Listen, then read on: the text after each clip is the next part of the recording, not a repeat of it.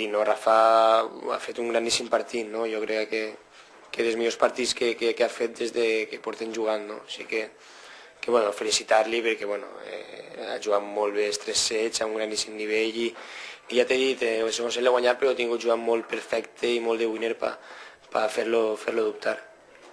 Bien, contento. Está claro que para mí pues empezar la temporada de tierra sí es muy especial. Haber ganado 4 veces en Monte Carlo, 4 veces aquí es, bueno, ahora no me hubiese pensado nunca, o sea que muy feliz por todo, ¿no? La verdad que no me puedo quejar de nada. Hoy pues ha sido un partido duro, pero creo que he estado bien de cabeza en todo momento, aguantando bien cuando David estaba jugando bien y cuando él ha bajado aprovechando, ¿no?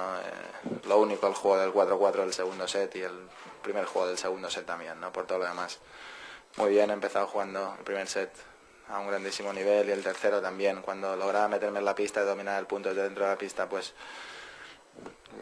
las cosas funcionaban bien. Cuando no, pues David es un grandísimo jugador y me ganaba pista y es imparable prácticamente, ¿no?